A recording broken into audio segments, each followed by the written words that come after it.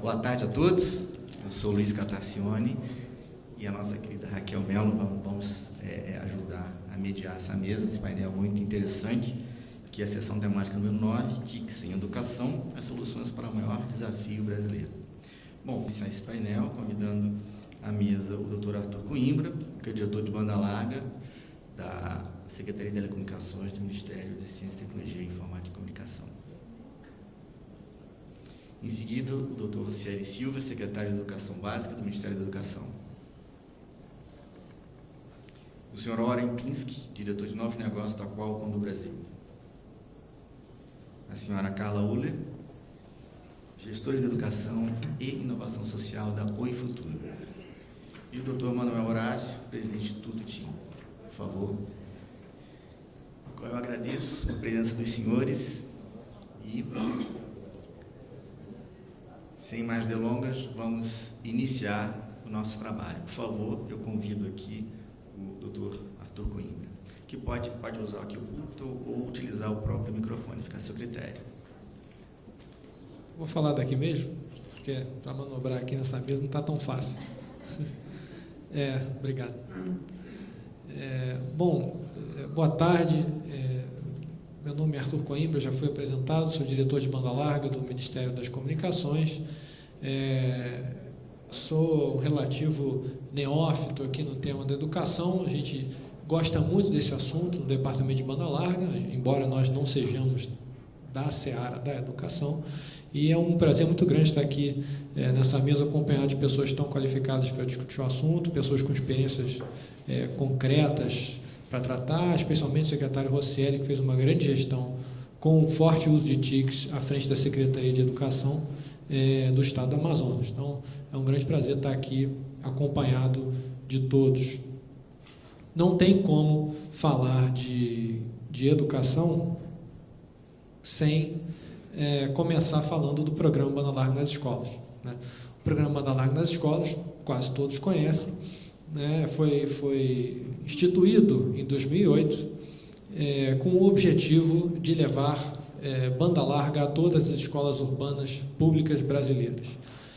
Inicialmente a velocidade de 1 mega, logo depois subiu para 2 mega, e aí tem uma regra de aumento de velocidade conforme a média do centro de fios que atende a escola, uma fórmula bem complexa, difícil de aplicar, né? Então, o fato é que o programa foi relativamente bem sucedido para aquilo que ele se propunha. Os dados administrados indicam que 64.045 escolas estão atendidas, embora na lista do INEP, do censo escolar, a gente só consiga verificar cerca de 57 mil escolas atendidas. Então, existe esse gap aí de informação sobre quantas escolas públicas urbanas, de fato, hoje tem banda larga. E a gente tem uma relação de cerca de 8% a 10% de escolas que não foram instaladas, né, embora já devessem ter sido, muito em função até de dificuldades relacionadas ao processo de instalação. Então, às vezes, alguma tubulação de acesso na escola que não existe, o gestor da escola, às vezes, não autoriza a instalação por algum motivo, alguma divergência de informação sobre a localização da escola. Mas, apesar desse sucesso relativo do programa, muitos problemas persistem. A velocidade ela é claramente insuficiente para um uso pedagógico da banda larga, né? Essa conectividade é usada, sobretudo, na seara administrativa da escola. Existe uma instabilidade relatada frequentemente da conexão pelos gestores escolares, que também alegam, muitas vezes, falta de suporte técnico quando ocorre algum problema. E também a falta de controle sobre a qualidade e utilização da conexão, né? E tem um prazo, esse programa tem um prazo para conclusão, que é 2025, ou seja, em tese, até 2025 esse serviço perdura, em 2025 em diante ele deixa de existir. Nós temos alguns outros programas, o GESAC, o edital de 450 MHz, que timidamente abordam escolas rurais, né, com alguma conectividade. O GESAC, especificamente, não chega a 3 mil escolas. O edital de 450, existe uma relação, a de 2014, de cerca de 25 mil escolas atendidas, mas a gente não tem dados mais concretos sobre esse atendimento, porque geralmente ele é feito ou com satélite ou ou com modem móvel. Então, a gente não tem nenhuma notícia mais concreta, mais profunda sobre esse atendimento.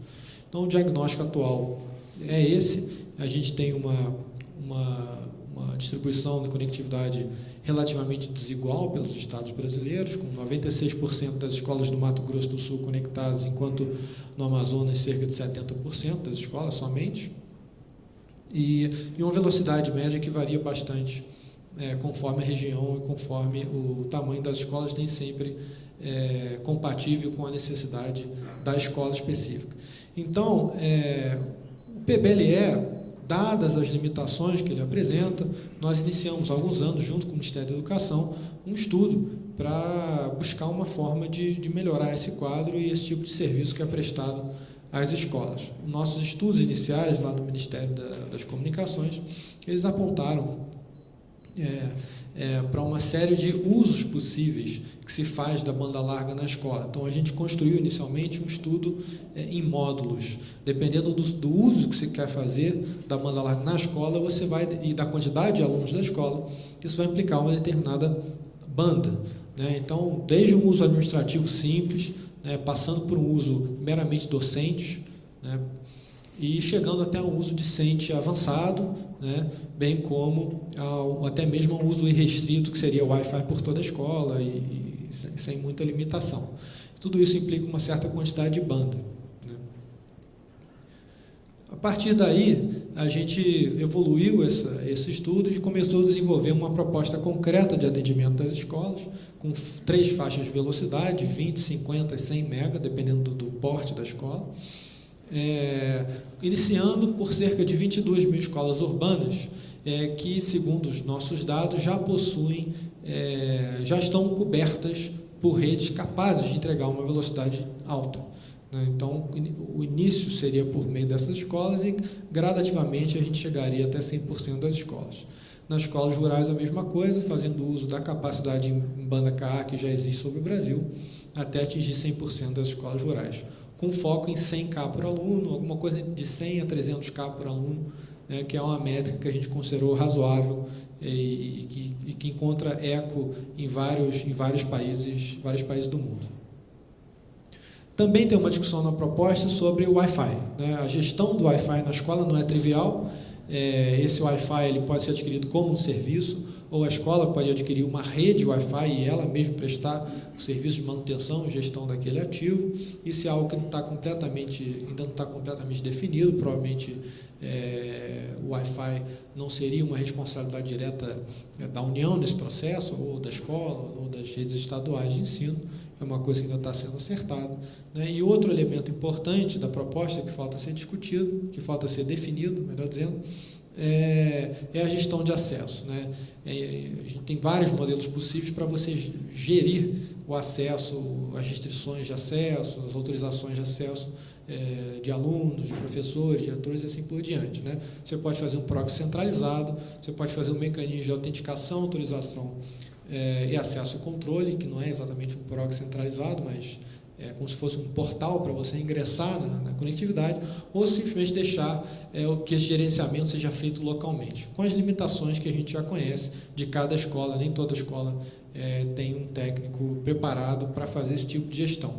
Então, cada um desses modelos tem vantagens e desvantagens, e isso tudo está em discussão ainda, né? Tudo isso já foi levantado e a gente tem a questão de definir qual é o melhor modelo.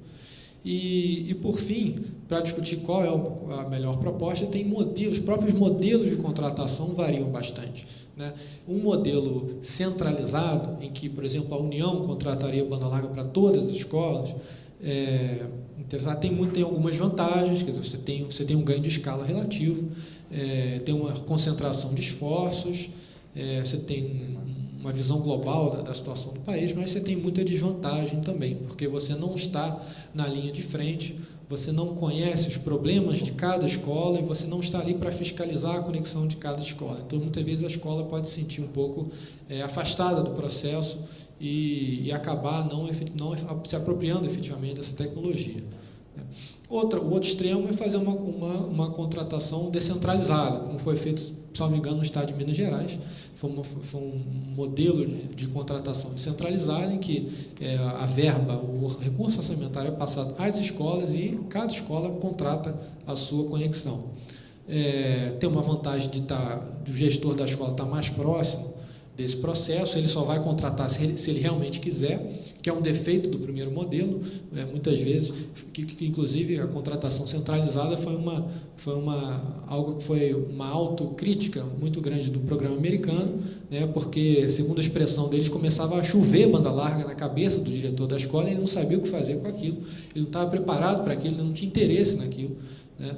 E então deixar isso para a escola decidir é melhor, porque significa que vai ter um uso mais eficiente do recurso. Outra alternativa que tem acontecido em alguns estados, por exemplo, o estado do Rio Grande do Norte, ali na Natal, na região metropolitana de Natal, é você apoiar a sua conectividade numa rede pública, uma rede estadual, né? Várias empresas de processamento de dados estaduais possuem redes de fibra, e essas redes podem ser expandidas, podem ser incrementadas em prol dessa conectividade. Tem vantagens e desvantagens também.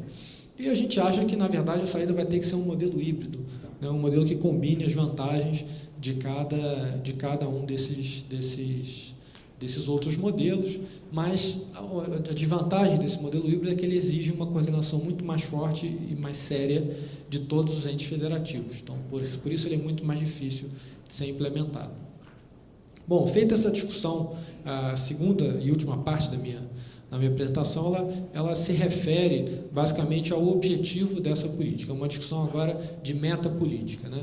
Porque a gente está fazendo tudo isso para levar a banda larga para as escolas, mas o objetivo da política não é levar a banda larga para a escola, o objetivo da política é melhorar a educação, né? Então é importante a gente ter uma visão clara de como a banda larga colabora para melhorar a educação. E a gente tem alguns relatos, né? O caso americano, tem alguns estudos que já foram feitos. No caso americano, 100% das escolas foram conectadas desde 2005. Né? 3/4 dos alunos usam efetivamente a internet na escola. Inclusive, é um instrumento importante para mais de 6 milhões de alunos com estudantes com necessidades especiais. E as conclusões do modelo americano foram que, de fato, existe uma correlação positiva, né, entre acesso à TIC e melhores resultados nos testes padronizados, né, os testes como o teste que existe no Brasil, por exemplo. Isso ocorre também quando se comparam crianças de baixa renda com grupos de controle, né, você verifica também esse impacto positivo. Mas esse estudo americano é um estudo muito específico, é um estudo contratado pelo governo americano, né. A gente tem outros estudos, não só sobre os Estados Unidos, e aqui são dados da OCDE, que mostram que a coisa não é tão clara assim, né? Então, o gráfico da esquerda compara, isso é um gráfico da OCDE, compara o PISA, né, com base nas notas do PISA. O gráfico da esquerda ele compara as habilidades de leitura digital, a capacidade de interpretação de texto e leitura, né, digital no computador, com a frequência de uso de computador fora da escola para fazer tarefa de casa. Então, com que frequência a criança usa o computador fora da escola para fazer tarefas de casa. E a gente vê que tem mais ou menos um ponto ótimo ali, uma vez por semana, né, um pouco mais frequente do que isso. E logo depois, o excesso do uso do computador começa a dar um impacto negativo nas habilidades de leitura. Esse é o que o gráfico da esquerda mostra. Já o gráfico da direita, ele compara as mesmas habilidades de leitura com o uso de computadores por crianças fora da escola para lazer, né? E a correlação parece ser muito mais positiva, né? Então, o sujeito usa o computador para lazer, em tese, parece levar a uma capacidade de leitura e interpretação do texto melhor do que usar computador em excesso, digamos assim, fora da escola para fazer dever de casa. Então, o que esses gráficos mostram? Que não existe muita clareza, nem muita certeza sobre quão positivo e como tornar a banda larga algo positivo para a educação. No caso brasileiro especificamente, foi feito um estudo em cima com dados de 2007, 2008 e 2009, né, com um estudo muito extenso, com levantamento de notas de mais de 1,5 milhão de estudantes da Prova Brasil, né, e alguns resultados muito curiosos. Assim. Em primeiro lugar, ela constatou que, de fato, existe uma correlação positiva entre o uso da internet em casa e melhores notas. Então, o sujeito usa a internet em casa, ele tem acesso à internet fora da escola, ele tem melhores notas. Né? Por outro lado, em 2007 e 2008, não se identificou uma melhora no desempenho dos alunos que tinham acesso à internet na escola. Então, esse é um dado muito claro. E o impacto muito pequeno em matemática. Né? Em português, sem impacto, e impacto muito pequeno em matemática. Em 2009, porém, né, essa pesquisa identificou um impacto significativo, ou seja, verificado com boa amplitude, mas de pequena magnitude, quando se compara o uso da internet na escola e melhores notas na prova Brasil.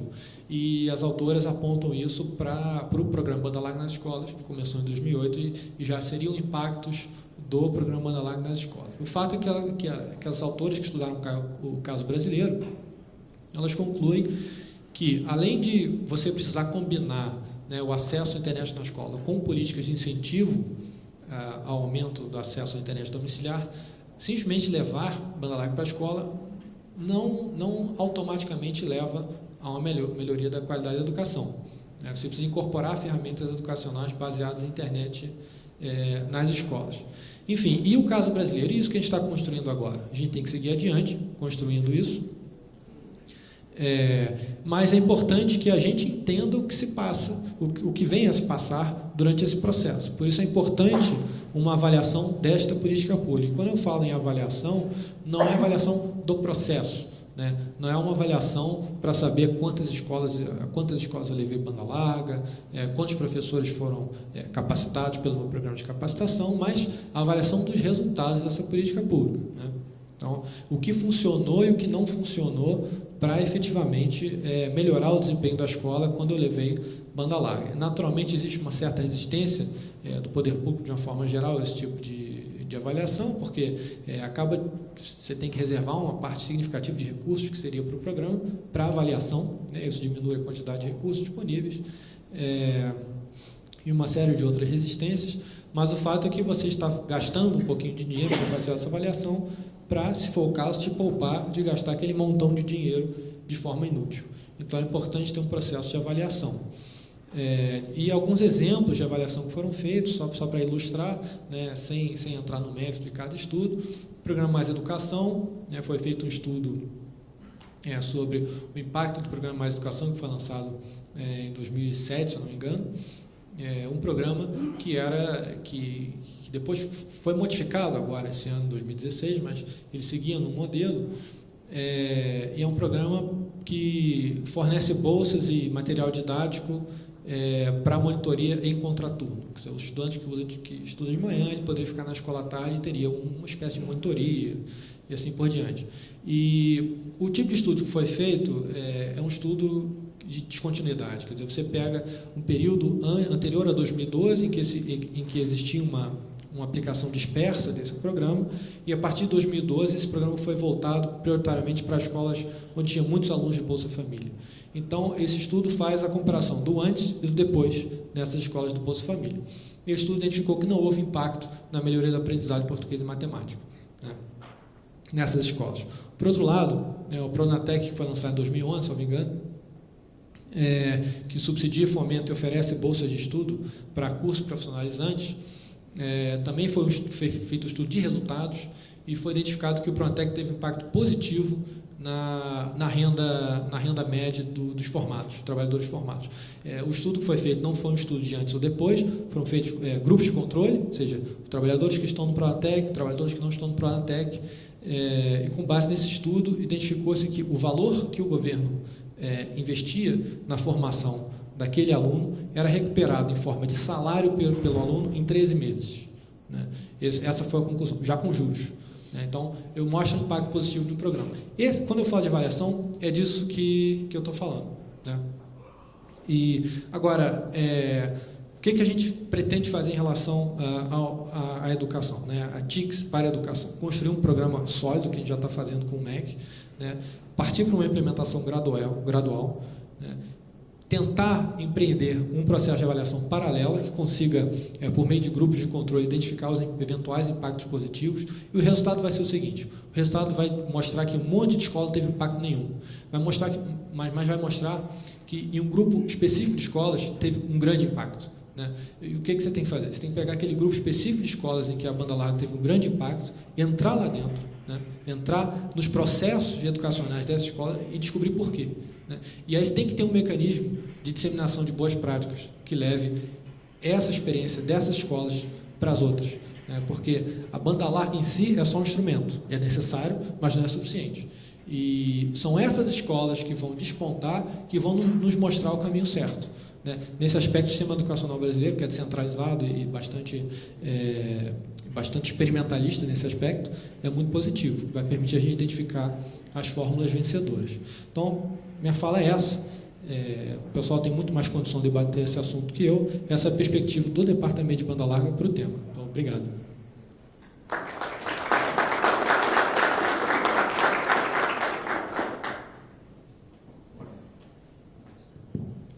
Obrigado, Arthur. Eu acho que foi muito esclarecedor o posicionamento do Ministério, mostrando que, apesar de 91% das escolas serem atendidas, né, mas não estarem totalmente bem atendidas, daí a necessidade de ter diversos modelos, enfim, analisando as velocidades, a utilização típica e até propondo modelos específicos aí de contratação, partindo aí do seu modelo centralizado até modelo híbrido.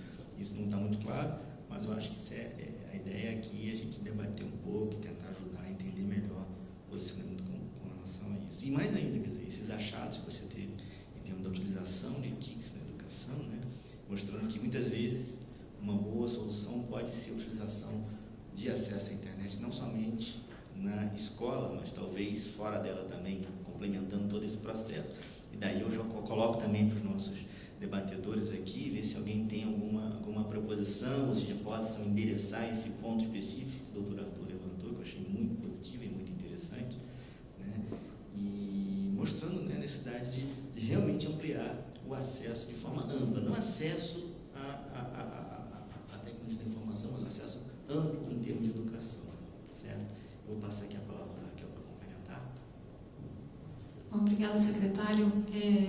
Acho que joga a luz em uma série de pontos e nos leva ao próximo desafio. Eu vou convidar o secretário Rocieli para comentar, que é exatamente como é que a banda larga nas escolas passa a ser entendida não simplesmente apenas como o acesso às tecnologias de informação e comunicação, mas como elas podem responder a um desafio de uma política mais ampla, né?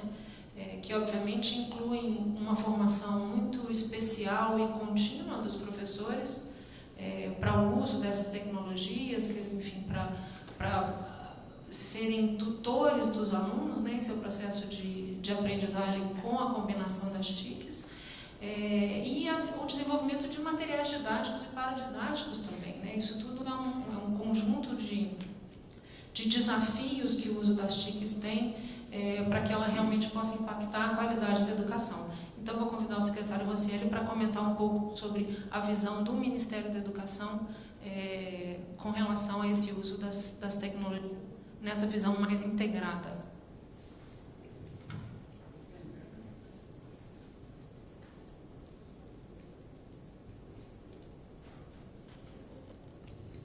Oi. Boa tarde. Eu não sei qual é o problema com as minhas pernas, mas parece que meu cérebro funciona melhor quando eu falo em pé. Então, de forma geral, ainda ficaria caminhando, que eu gosto de falar caminhando. Primeiro, vou pedir licença, então, da mesa. Melhor. Queria cumprimentar a mesa nas pessoas do Luiz Catacione e da Raquel Melo, que estão conduzindo essa mesa, e cumprimentar o amigo Arthur, que já participamos de alguns debates em relação à discussão de educação e tecnologia, que tem sido um grande parceiro lá dentro do MCTIC, cumprimentar o Warren e a Carla, que vão falar, e ao Manuel, que é da Fundação TIM. Quando fui secretário de Educação do Estado do Amazonas, por alguns anos, realmente, o Arthur comentou, a gente teve um trabalho muito forte em relação ao uso de tecnologia. E um dos aspectos que nós trabalhamos foi começar uma escola que a gente chamou de pró-engenharia, que era pegar alunos de regiões mais pobres para demonstrar, através de uma escola diferenciada, que os alunos poderiam e incentivando-os a buscar um caminho das engenharias, especialmente engenharias de telecomunicação, e a TIM foi nossa parceira lá nessa escola, que é um sucesso lá em Manaus. Obrigado. Então, eu acho que uma das coisas que a gente precisa pensar aqui quando a gente pensa em educação e tecnologia é que primeiro tem que vir a educação, depois tem que vir a tecnologia, seja ela com uso efetivo de banda larga, de computadores, de tablets, de coisas que a gente já viu o Brasil fazer ondas, né, incríveis, né? Vamos comprar tablets para todos os alunos do ensino médio, que não serviram para absolutamente nada no Brasil. Eu desafio a quem mostre no Brasil que efetivamente conseguiu usar aquela porcaria daquele tablet amarelo que foi distribuído, mal pensado, uma política que não teve absolutamente nenhuma conexão. Da mesma forma, nós temos o programa de banda larga, que teve uma importância para o Brasil para introduzir algum tipo de conectividade. Por si só, não trouxe nenhum resultado e, pelo contrário, hoje temos uma grande dificuldade, não vou entrar no mérito agora, o Arthur sabe que eu sou muito crítico, mas eu reconheço a importância de se iniciar uma política. Mas ela não estava mirando o processo educacional, porque as coisas estavam descasadas. O processo de formação, por exemplo, de professores, totalmente descasado. E aí a gente vai lá para a origem, não é a formação, uma formaçãozinha específica. A gente está falando da formação inicial dos professores, quando eles não são professores ainda. Quando eles quiserem, quero cumprimentar o amigo Alex Canziani, deputado federal, muito ativo, presidente da Frente Parlamentar de Educação e muito ativo quando se trata de educação, um grande parceiro.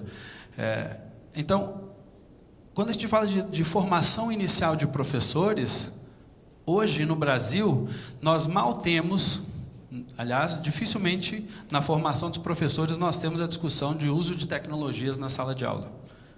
Então, os novos professores hoje, 2017, que o Brasil está formando para as próximas décadas, terão que ser reformados, retrabalhados, quando eles entrarem para uma rede, porque nós não temos essa visão na discussão lá na formação inicial. Isso não é só um problema do uso da tecnologia. Aí a outra ponta é que nós temos, e são desencontradas, ações sobre a formação dos alunos. Que formação que o Brasil quer para a nova geração que chega, né? Os jovens usam muito tecnologia, mas usam para quê? O que a educação básica tem a ver com o futuro do Brasil no uso das tecnologias, por exemplo. Eu vou visitar, o tempo é muito curto, né? A apresentação só da política de inovação que a gente está construindo no Ministério da Educação, com MCTIC, com Casa Civil, com um monte de gente interessada, ela tem muitas dimensões.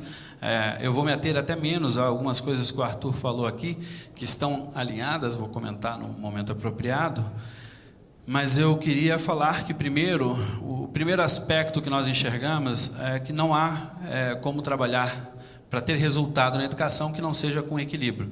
O chamado Foreign Balance, que foi lançado na Holanda, tem alguns estudos que falam que se essas 4 dimensões que estão aqui não estiverem equilibradas na política educacional, não teremos um bom resultado na educação. A primeira delas é a visão. A escola, a rede, o professor, o aluno tem que entender por que o uso de tecnologia é importante, porque senão vira mera tecnologia. O recurso digital é fundamental. Você ter a formação das pessoas que irão trabalhar é o terceiro pilar, e a infraestrutura. Então não adianta termos a melhor infraestrutura do mundo se a escola não entender como utilizar aquilo pedagogicamente. Não adianta ela entender a importância daquilo também se os professores não terem sido formados, seus profissionais. Também não adianta eu ter os melhores professores, a melhor visão do mundo de como usar a tecnologia, se você não tiver os recursos digitais e a infraestrutura. Então, as coisas aqui precisam estar equilibradas, e é nesse sentido que o Ministério da Educação, junto com os outros ministérios, tem trabalhado para construir uma política. Eu queria só fazer... foi feita uma pesquisa no Brasil, o Guia EduTech, com parceria com as secretarias estaduais, e essas mesmas 4 dimensões estão aqui demonstradas, né? À esquerda, amarela, a visão, ali são as competências ou a formação, a gente está chamando de formação agora para ficar, alinhar um pouco mais o dicionário com o pessoal da educação. Conteúdos e recursos digitais é o vermelho, e o verde, infraestrutura. Cada bolinha dessas é uma secretaria. E o que se percebeu nessa pesquisa é que tem secretarias que têm uma supervisão e não tem menor infraestrutura, ou não tem... É muito desigual esse tratamento, como é feito no dia a dia dentro da educação. E isso se tornou um grande problema na operação educacional propriamente dita. Um outro diagnóstico que a gente pode comentar é que o Brasil fez um esforço muito grande sobre equipamentos, por exemplo. E mesmo com esse esforço, nós chegamos a uma média do Brasil de 39 alunos por equipamento, por computador dentro das escolas. O que absolutamente não trouxe nenhum resultado para o Brasil. E a verdade, para ser justo com as TICs, né, quase nenhuma política tem dado resultado para a educação no Brasil, né? Língua portuguesa, os meninos sabem hoje menos do que se sabia em 1997, por exemplo. Matemática, a gente sabe muito menos ainda do que se sabia em 1997. Esse é o resultado do quadro educacional do Brasil, por exemplo, no ensino médio. E já tivemos gerações inteiras formadas. Então, não é só a tecnologia que tem um desafio. A conectividade na escola, aqui também é um estudo feito com secretarias. Nível 1 é o pior, nível 2 é o que é de mais avançado, né? É um acesso simultâneo com conteúdos pesados, vídeos, jogos, simuladores, enfim, com Wi-Fi em todos os ambientes. Apenas 2% das escolas brasileiras hoje teriam esse tipo de acesso. Então, aqui é outro ponto de desequilíbrio fortemente. E ter o acesso não quer dizer que saibam usar para o bem da educação, que é outro desafio, de novo, e é o equilíbrio da visão e da formação. Nesse sentido, então, o Ministério está trabalhando sobre uma série de frentes. Eu queria, antes até de entrar aqui especificamente na política, para quem não é da área, o Ministério da Educação está coordenando e está em discussão agora no CNE a Base Nacional Comum Curricular, que é um documento dos mais importantes da história da educação brasileira em construção nesse momento. Temos a pretensão de tê-lo aprovado no CNE e homologado pelo Ministério até o final desse ano, até o ensino fundamental. Lá vão ser definidos quais são os objetivos, o que cada jovem no Brasil, de norte a sul, tem em comum e que deveria aprender dentro da escola, em resumo. E neste documento, uma coisa muito importante, não só para as TICs na educação, como TICs como apoio à educação, mas a educação para o desenvolvimento, para a nova geração que chega, é lá conter, por exemplo, e é algo que a gente está trabalhando especialmente nesse momento focado, pensamento digital, cultura digital, pensamento computacional, entre outros tantos temas importantes para virem desde cedo da educação. A gente costuma olhar que os jovens, a gente sempre observa e faz esse tipo de comentário. O fulaninho tem, meu filho, meu neto, meu sei lá o quê, tem 3 aninhos e já está usando o computador, já mete o dedinho para o lado, já faz isso e aquilo. E a gente não potencializa isso, transformando em algo efetivamente na educação. A Base Nacional Curricular, Nacional Comum Curricular, ela tem e terá um papel, na verdade, terá um papel fundamental, que é mostrar quais são os conteúdos que os nossos alunos, dentro da educação básica, devem aprender relacionados à tecnologia, a sua importância, em todas as áreas do conhecimento, na verdade. Esse é um ponto extremamente importante. Por que ele é tão importante? Porque se o aluno tiver que aprender, significa que o professor terá que aprender sobre tecnologia também na sua formação, em todas as áreas.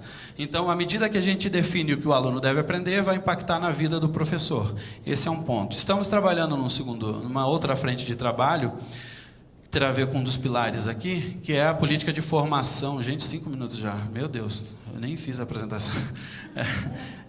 A formação de professores, que é fundamental. Então, o Ministério da Educação está trabalhando, é uma das prioridades, inclusive, do Conselho do Presidente, na revisão da formação de professores. E um dos pilares fundamentais disso é preparar o profissional para esse novo mundo, não somente usar o celular que foi criado hoje, mas como ele vai interagir para o resto da sua vida com as novas tecnologias que ainda virão, porque a tecnologia da próxima década está sendo criada por alguém em algum lugar, está mudando nossa vida nos próximos 10 anos e a gente ainda não enxergou. Isso muda na educação, isso muda na sala de aula se o professor souber usar. Rede social, por exemplo, é uma maravilha quando o professor consegue entender como ele interage com seus alunos. Se ele não souber como interagir com seus alunos, é um desastre, porque o aluno ele vai entrar na rede social e vai olhar qualquer coisa, menos aquilo que ele precisa relacionado com o conteúdo que o professor gostaria. E aí você tem uma série de polêmicas nesse medo, nessa forma de lidar, casos como redes proibindo o uso de celulares dentro da sala de aula, por exemplo. O que é um retrocesso, mas também liberar de qualquer jeito também não é nenhum avanço. Então você tem que ter a ligação, a tecnologia pela tecnologia não nos trará nada. Vocês podem colocar a melhor internet do mundo em cada uma das escolas brasileiras, que hoje o resultado seria praticamente nenhum. Mas aqui, no primeiro movimento da política, então, é ajudar o Brasil a construir essa visão de por que usar a tecnologia, como usar a tecnologia e planejar os próximos passos. A gente sabe que dentro das dificuldades ninguém vai chegar a 100% de tudo no primeiro ano. Num dos slides que o Arthur mostra, inclusive na parte de infraestrutura, a gente fala que a política está sendo construída para chegar até 2024 com conectividade para todas as escolas com padrão mínimo de qualidade, que seriam 100K por aluno. Esse padrão mínimo é de hoje, ele não significa que será o mesmo padrão mínimo daqui a 4 anos, porque a gente sabe que a cada 4, 5 anos a velocidade vai dobrar simplesmente pela atualização tecnológica que será feita. Mas ter a visão de como utilizar dentro da educação e quais os meios, sabendo que cada um parte de lugares distintos para chegar em lugares distintos. A gente assume desde agora que a escola lá da zona rural, que tem menos acesso a qualquer coisa, não vai ser aquela escola com Wi-Fi em todos os ambientes, com a internet mais rápida do mundo, por mais que o Brasil lance 10 satélites que baixam o preço a níveis maravilhosos, não vai ser assim em 2024. Mas a gente quer que aquela escola saia de uma escola sem absolutamente nada de uso de tecnologia para, pelo menos, um conteúdo, para um modelo mais básico, mas introduzindo isso na vida dos alunos. Esses outros 3 pilares aqui, a gente está trazendo embaixo algumas ações que estão sendo trabalhadas. Dentro de recursos educacionais, a gente avançou muito e a gente deve lançar, na verdade, a política como um todo, esperamos lançar muito em breve a política de inovação e tecnologia na educação, e recursos educacionais, eles são um dos pilares fundamentais. Se a escola tiver visão, ela vai buscar recursos educacionais. E hoje, aonde que se busca recursos educacionais? Hoje, além de usar os sites conhecidos de busca, mas ali você não tem absolutamente nenhum tipo de filtro, nenhum direcionamento, não tem ligação com a educação numa série de aspectos. Então a plataforma educacional que o MEC está criando não é para dizer que o MEC vai ser exclusivamente agora o produtor de conteúdos, mas pelo contrário, a gente quer organizar tanto com a iniciativa privada quanto com os outros governos, com as outras esferas, o terceiro setor que desenvolve muito. Você tem fundações hoje criando conteúdos digitais, por exemplo, e esses conteúdos são muito bons. Por que não integrar? Então, a plataforma integrada ela vai ter a facilidade de manter as outras políticas que são feitas por outros atores, mas fazer uma ligação para que o professor linke com a base nacional comum, linke com o seu processo de formação, com o conteúdo que ele precisa, conseguindo trazer novos conteúdos ou fazer ele novos conteúdos disponibilizando para os professores e para os seus alunos, na verdade. Os recursos digitais gratuitos, então, aqui estarão totalmente integrados na plataforma, logicamente que a gente vai trabalhar. O Programa Nacional do Livro Didático, o PNLD e o chamado Guia de Tecnologia são políticas que estão sendo reformuladas. O novo Programa Nacional do Livro Didático, pela primeira vez, está trazendo conteúdos digitais para acesso aos professores de uma forma mais organizada, mais estruturada. Isso só chegará nos professores do 1º ao 5º ano em Educação Infantil em 2019. Nós estamos no processo que foi recém-lançado do edital da compra, é um processo longo mesmo, e é fundamental esse pilarzinho também. isso tudo já está pronto para lançamento, algumas coisas inclusive em execução. A formação de professores, como falei, a formação inicial tem que ser revista no Brasil. A gente não pode produzir no Brasil professores que não conseguem interagir com o uso da tecnologia dentro da sala de aula. E esse desafio não é simples. Quando eu era secretário de Educação do Estado do Amazonas, a gente foi entregar notebooks com conteúdos digitais para os professores. Eu tive a oportunidade de ir lá em São Gabriel da Cachoeira entregar um equipamento para os professores lá como secretário na época. E aí um grupo de professores, mas especialmente uma professora, procurou assim, a gente fez uma palestra, um processo de formação inicial, e aí esse grupo de professores, especialmente essa professora, procurou no final para dizer: pelo amor de Deus, secretário, por favor, eu não quero receber esse notebook. Aí eu olhei para aquilo e disse: mas por que você não quer, professora? O que houve? A senhora acha que o equipamento é ruim? O que é, professora? Não, eu vou ser demitida. Aí eu olhei e disse: ué, como é que você vai ser demitida, mulher? Pelo amor de Deus, você não vai ser demitida, a gente precisa de você. Ela era professora de uma comunidade em Auareté, distante 19 dias da sede da cidade. 19 dias mesmo, tá, gente, para poder chegar lá. Aí ela disse: você não vai ser demitida, você é professora concursada, você é da rede, você é professora, não vai ser demitida. Mas é porque eu não sei usar esse equipamento, né? Vocês vão me dar o equipamento, eu não vou saber usar e eu vou ser demitida. Essa foi uma percepção que me marcou na carreira, porque isso parece distante, porque era uma professora de Auareté, mas é o que durante 20 anos, quando o Brasil, há mais de 20 anos, lançou um programa como o Proinfo, comprando laboratórios e tudo mais, e você chega na grande parte das escolas, o laboratório está fechado, que é para não estragar a máquina, para não estragar o laboratório. Ele fica 5, 6, 7, 8, 10 anos fechado, estragando com o tempo, sem absolutamente nenhum uso. Essa professora, então, eu respondi para ela da seguinte forma: disse: olha, professora, é o seguinte, a gente vai ter um programa muito avançado de formação, está aqui o equipamento, a senhora leva, não vai ser demitida, fique tranquilo, eu posso lhe assegurar isso. E a senhora lá na comunidade pega o seu melhor consultor possível para aprender a mexer. Mas quem é o meu consultor na comunidade? Seus alunos. Chame as crianças da sua sala, mexa, se estragar, estragou, mas use o equipamento. Lógico que a gente fez formação e tudo mais, com uso, a gente fez uma série de coisas. Mas 3 anos depois eu fui entregar tablets, só que em vez de ser na sede da cidade, eu fui até a comunidade Auareté. Nessa comunidade, lá estava a professora usando aquele computador, a comunidade já tinha comprado um data show, estava fazendo apresentação sobre o uso de tecnologia na comunidade, só tinha um computador, só aquele que a gente entregou para a professora, que só tinha uma professora na comunidade também, né? E ela fazendo a apresentação com o uso, e feliz porque ia receber um tablet, era uma coisa nova. Eu não voltei lá depois para ver o que ela fez com o tablet, mas não era o do governo federal, era outra que era muito melhor na época, inclusive. Isso mostra que o professor, quando ele entende a possibilidade, o profissional da educação, ele consegue se conectar com o uso da tecnologia. Nós temos grandes casos dentro da educação, mostrando o uso da tecnologia, o Centro de Mídias no Amazonas, o uso de forma didática, e a formação ela é impactante, tanto a continuada para os professores que estão, mas a gente precisa mexer na formação inicial. Para este programa, especificamente, nós vamos formar ainda este ano, iniciar a formação neste ano, de 6.000 professores brasileiros, para serem os catalisadores, os potencializadores dessa política de inovação Brasil afora. Na infraestrutura, que o Arthur falou um pouco mais sobre conectividade e infraestrutura, logicamente que aqui tem um desafio muito grande. Quando ele falou de 22.000 escolas começarem a ser conectadas já em 2018, e 6.000, na verdade, da zona rural, aproveitando a nova estrutura satelital que o Brasil está lançando, que a gente espera que o mercado jogue o preço para baixo, é porque a gente está considerando a infraestrutura próxima. E o Brasil tem um grande desafio: como que a gente vai chegar com infraestrutura nos próximos anos para os lugares onde não se chegou até agora.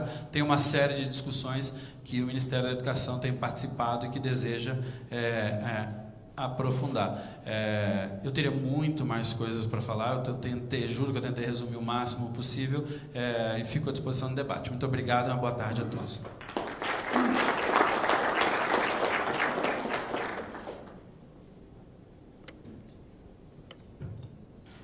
Acho que dá uma visão do tamanho do desafio, mas acho que empresta exatamente essa visão integrada aí,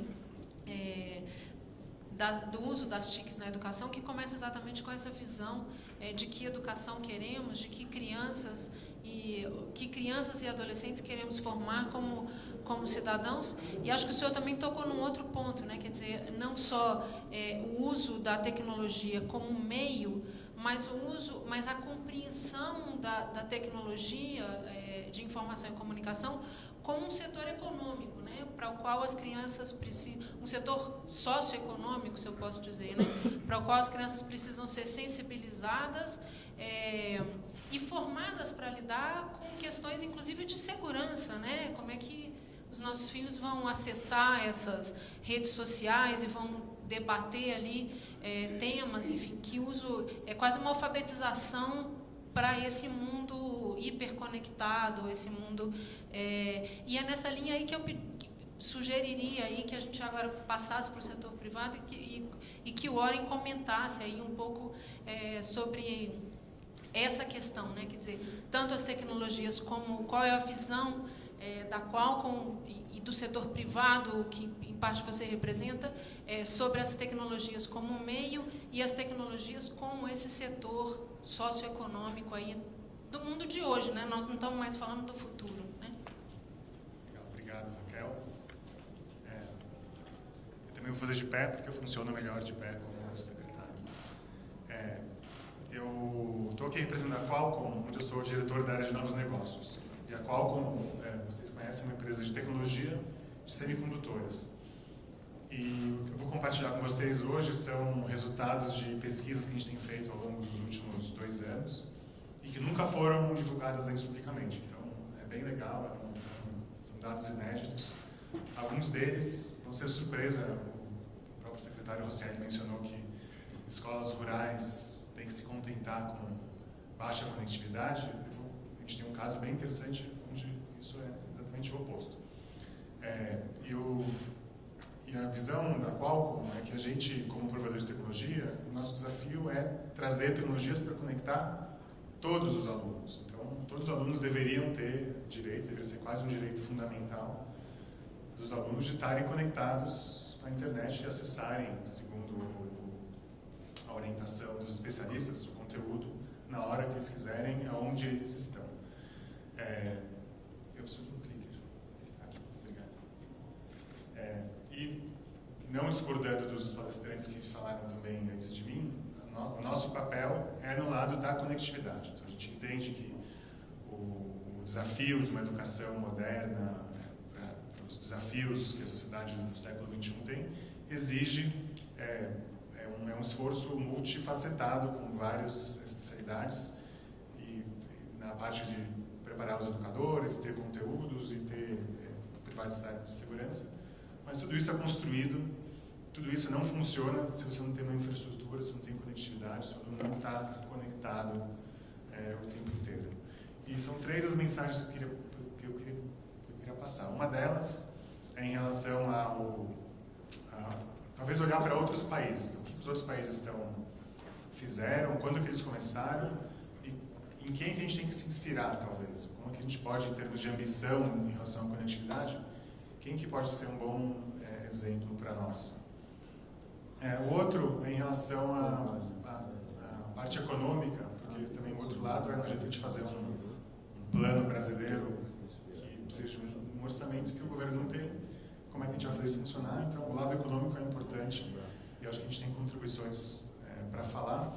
E talvez eu queria propor um pouco, tirar um pouco de cacoetes. A gente ainda mede digitalização de escolas, medindo computadores para aluno, numa época que cada vez menos se tem computadores, então eu vou tirar um pouco isso da pauta e mostrar por quê.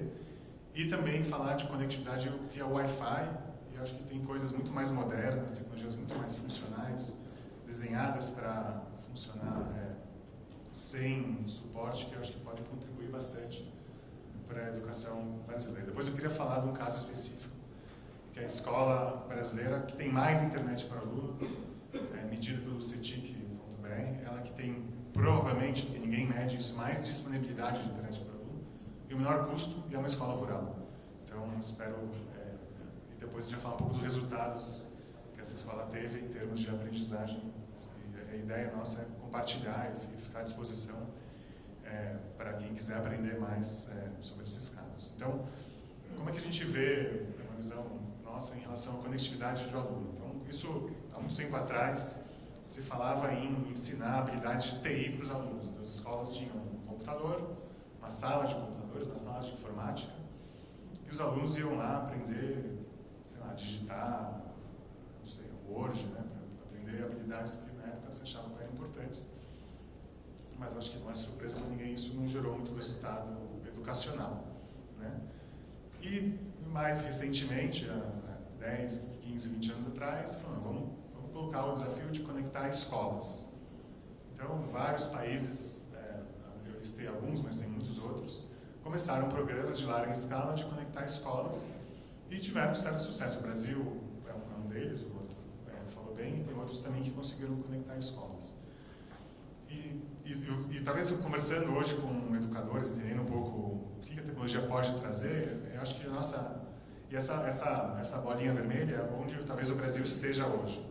Entre escolas que têm uma sala de informática e muitas escolas, 60%, 70% que estão em escolas conectadas. Mas talvez o nosso, como ambição, o que a gente gostaria, talvez tenha até um overlap com a visão que o secretário Rosselli mencionou, e sonhar não custa nada. Às vezes a gente possa ter como visão, como ambição, conectar alunos. E não conectar alunos só enquanto eles estão na escola, mas conectar alunos em qualquer lugar. E tem alguns motivos interessantes por isso. Um, porque os pedagogos, os educadores nos falam que talvez a escola não seja o lugar mais adequado para o tempo que a criança fica na escola, que o jovem fica na escola, talvez não seja um tempo para ficar na frente de uma tela de computador. Talvez tenha coisas mais apropriadas, como habilidades de você estar em grupo, liderança, criatividade, interação com o teu professor cara a cara, que talvez uma tela, o tempo que você gasta na frente de uma tela, talvez você não fique na frente do professor. Isso faz com que a conectividade fora da escola seja bastante importante. O outro é um conceito que nos Estados Unidos eles chamam de homework gap, que basicamente é o seguinte: se o professor não tem segurança de que todos os alunos da sua classe têm acesso à internet fora da escola, ele não vai, por exemplo, pedir uma tarefa de casa que use a internet fora da escola, porque ele vai estar segregando, vai ter um gap entre os que têm e os que não têm. No Brasil é um país que mais da metade da população não tem internet de maneira recorrente dentro de casa.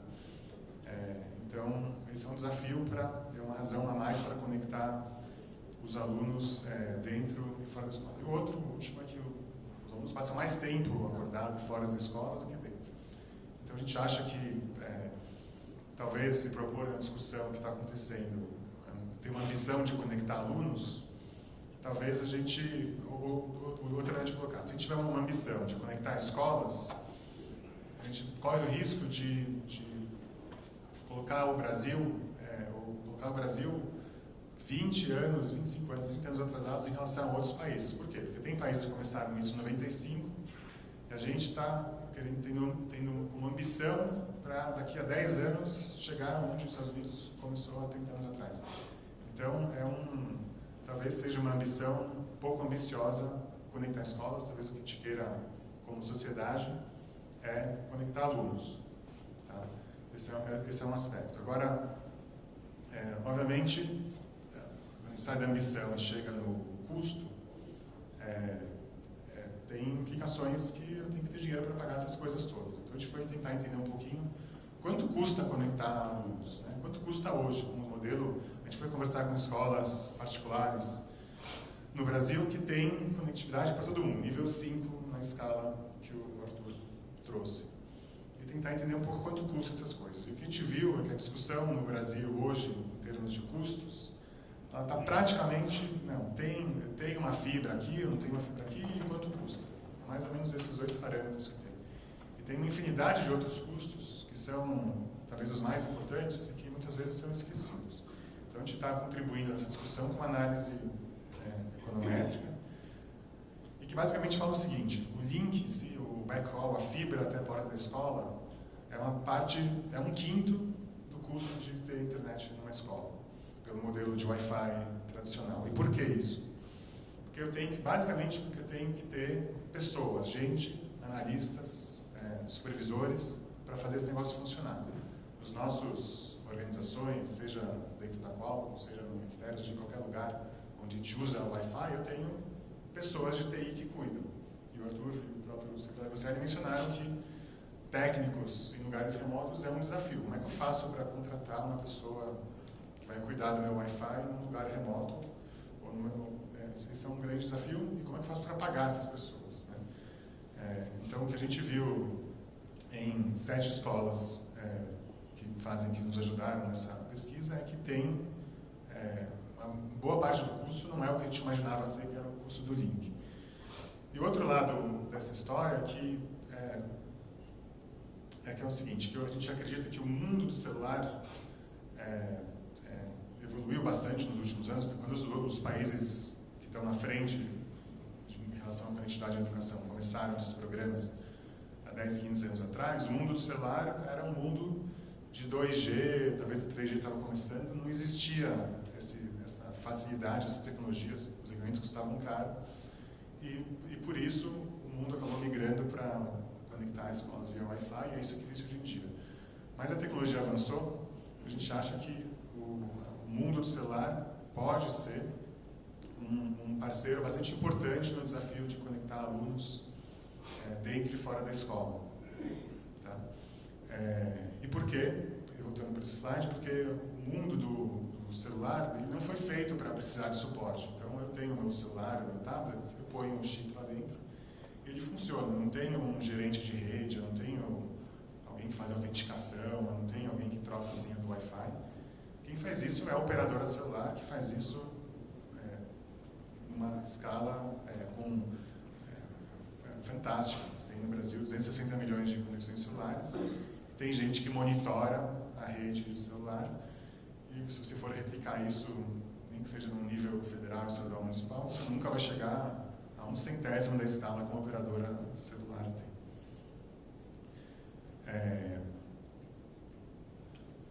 Vamos lá, por que o ecossistema pode funcionar?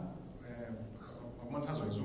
Porque as redes já existem, então o mundo celular já cobre 95% do Brasil, as redes já estão lá. Obviamente, para ter o nível 5 do Arthur, precisa de reforços, mas já tem um V0 inicial, elas já existem. Né? Então você consegue escalar de maneira mais rápida, você consegue imaginar projetos que não demorem 10, 15 anos, podem ser implantados muito mais rápidos. De novo, o Brasil tem 260 milhões de conexões celulares e tem 40 milhões de alunos em escolas públicas. Então não é que a gente está fazendo um projeto maior ou 10 vezes maior que a indústria do celular, é um aumento importante, mas não é nada que a gente, do mundo do celular, nunca passou. O outro que já existe conexão dentro e fora da escola. Então, qualquer lugar que a pessoa vá, o sinal de celular existe, isso pode ser beneficiado. Eu queria terminar os meus slides, minha apresentação, falando de um caso. Então, a gente pegou essas ideias, esses conceitos de tentar usar o mundo do celular para conectar alunos dentro e fora da escola, a gente pôs para funcionar. Porque a gente queria testar, de fato, e ver se a nossa teoria funcionava ou não. E a gente decidiu escolher o lugar mais difícil que a gente conseguiu achar. É um projeto que a gente fez em parceria com a Vivo, com a Telefônica, e é uma escola rural no município chamado Vitória de Santo Antão, fica no sertão de Pernambuco. Tá? Essa escola tem 150 matrículas, 150 alunos, e é a escola do Brasil que tem mais internet por aluno. Então, o CETIC é uma organização ligada ao CGI, que faz uma pesquisa anual, mede todas as escolas que respondem ao questionário deles, quantos alunos eu tenho, qual é a tua conexão na internet. Eles dividem um pelo outro, eles nos ajudaram a fazer essa pesquisa. A gente comparou o nosso dado dessa escola com os números deles, de 2015, e a gente viu que a nossa escola tinha mais internet por aluno. Mas não só tinha mais, ela tinha praticamente o dobro do que o primeiro lugar da lista do CETIC. O outro lado é o lado de disponibilidade. Então, hoje em dia a gente não encontrou ninguém que mede a disponibilidade de redes celulares para dentro de ou nem mesmo dentro de escolas, apesar de terem alguns esforços, os bancos de dados que a gente viu eram pequenos. A gente tem uma boa convicção de de que, e por algumas razões, que essa escola também tem a internet mais disponível. Então, a gente contratou o César, que é um instituto lá de Recife, para nos ajudar, então eles reportam quando o link está funcionando e quando não está. Em 2 anos de projeto, ele ficou 1 dia fora do ar. A gente tem, por exemplo, dentro com estagiários que estão na USP, e eles falam, dentro da USP, a maior universidade do país, o Wi-Fi cai todos os dias. Então, acho que entre 1 dia durante 2 anos, todos os dias tem uma diferença grande. Agora, o outro lado é que, essa escola aqui que a gente fez, a gente viu, dentro dela tem uma Small Cell, então tem um link que a Telefônica colocou de rádio, e tem uma Small Cell que é exclusiva para o uso da escola. E dentro dela os alunos estão usando um link, não tem Wi-Fi, então eles estão usando tablets que nós doamos. Esses tablets estão conectados com a Small Cell que está dentro da escola. Essa Small Cell tem um link robusto que permite que todo mundo acesse vídeo. 400 kilobits por segundo versus os 100 kilobits por segundo previstos para 2018. Está 4 vezes maior do que a recomendação, ou o guia do Ministério para o ano de 2018. E é maior do que a recomendação do Ministério para o ano de 2022. Então, para mim, eu achei fantástico, é um caso que a gente gosta muito de compartilhar.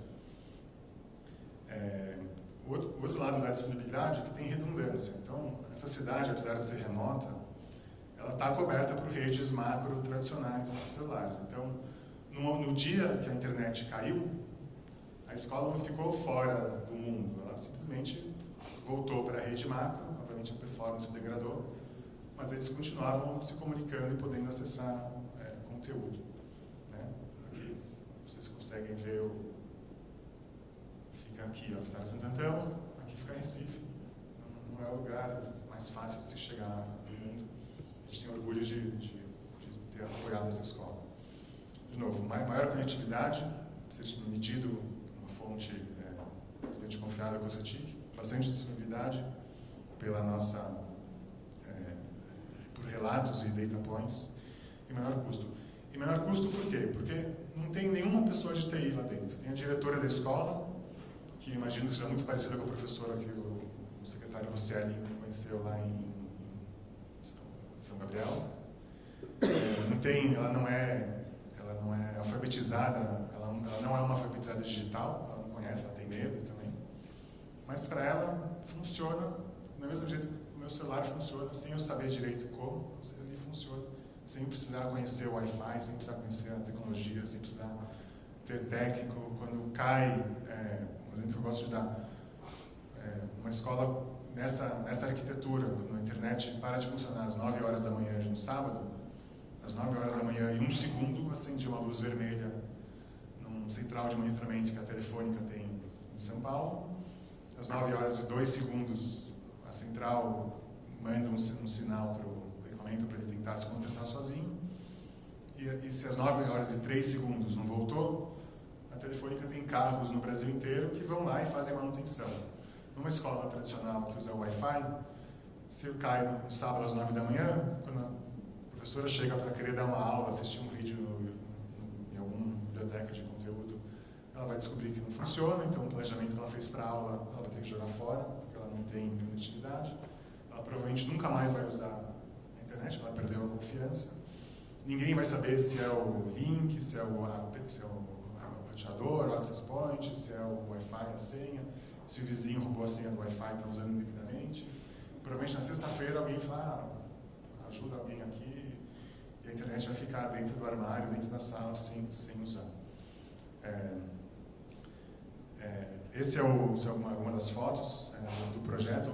Apesar de ser um projeto que contou com o apoio da Fundação, a gente gosta de deixar bem explícito, ele não é um projeto de fundação, ele é um modelo para todo o Brasil, então ele funciona bem em escolas rurais, em lugares distantes, mas ele também funciona bem em escolas, em lugares bastante conectados. E na prática, no final das contas, o nosso objetivo não é conectar por conectar, mas é conectar para melhorar o aprendizado. E a gente tem um data point, a gente gostaria de ter mais data points com mais escolas para mostrar a significância estatística, mas a gente tem um data point e que mostra que esse projeto que começou no ano de 2016, no ano letivo 2016, não só conseguiu reverter uma queda no aprendizado, que estava medido aí pelo CEAP, que é a medição da Secretaria de Ensino do Estado de Pernambuco, como ajudou a crescer. É isso aí. De novo, a gente está à disposição para mais explicações, quando alguém tem interesse. Obrigado pela oportunidade.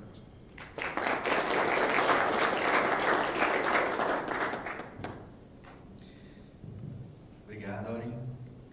Muito interessante essas informações que você trouxe no painel, no sentido de que vocês também tiveram a preocupação de utilizar a visão, né, os processos, a formação e a conectividade dentro desse seu estudo, e deu um foco, né, bem interessante na parte de conectividade, e que ficou claro que o acesso celular, nesse caso, foi 3G, se não me engano, né?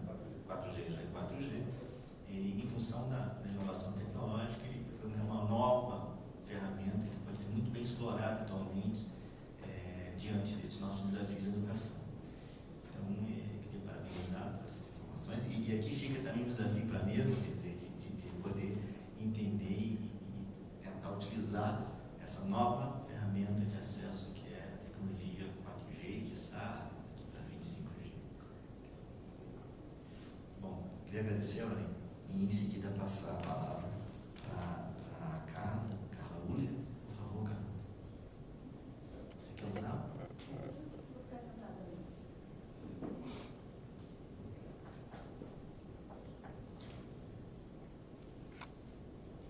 Boa tarde a todos. Acho que muito qualificada a discussão aqui na mesa.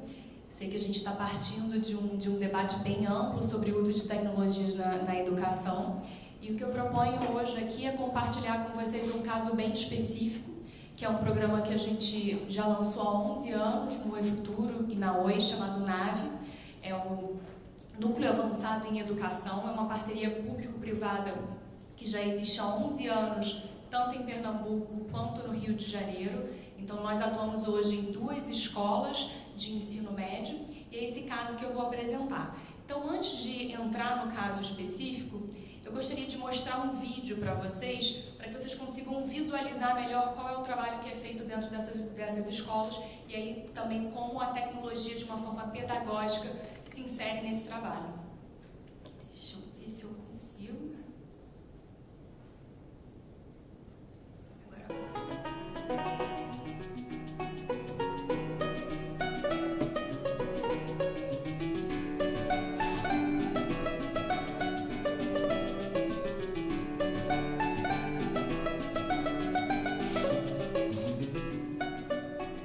Ela é totalmente diferente, desde a estrutura, a interação dos professores, a metodologia dos professores, a forma que os funcionários tratam os alunos, é totalmente diferente.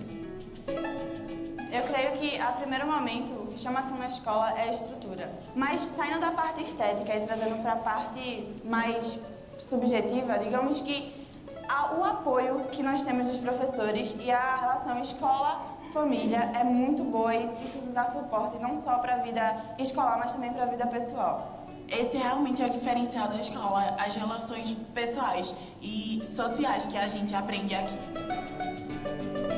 Eu acho que é revolucionário.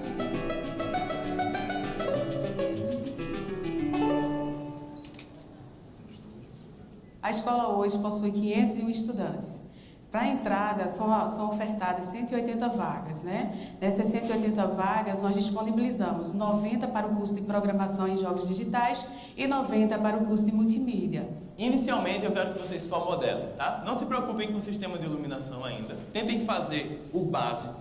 Faça ela bem simples, poucos polígonos, porque ela vai ser vista de longe. Que a gente tem um sistema de cotas que funciona da seguinte maneira: 70% é para estudantes oriundos de escola pública, aqueles que vêm do ensino fundamental, mas de escola pública, e 30% para aqueles estudantes que são oriundos de escolas privadas, particulares.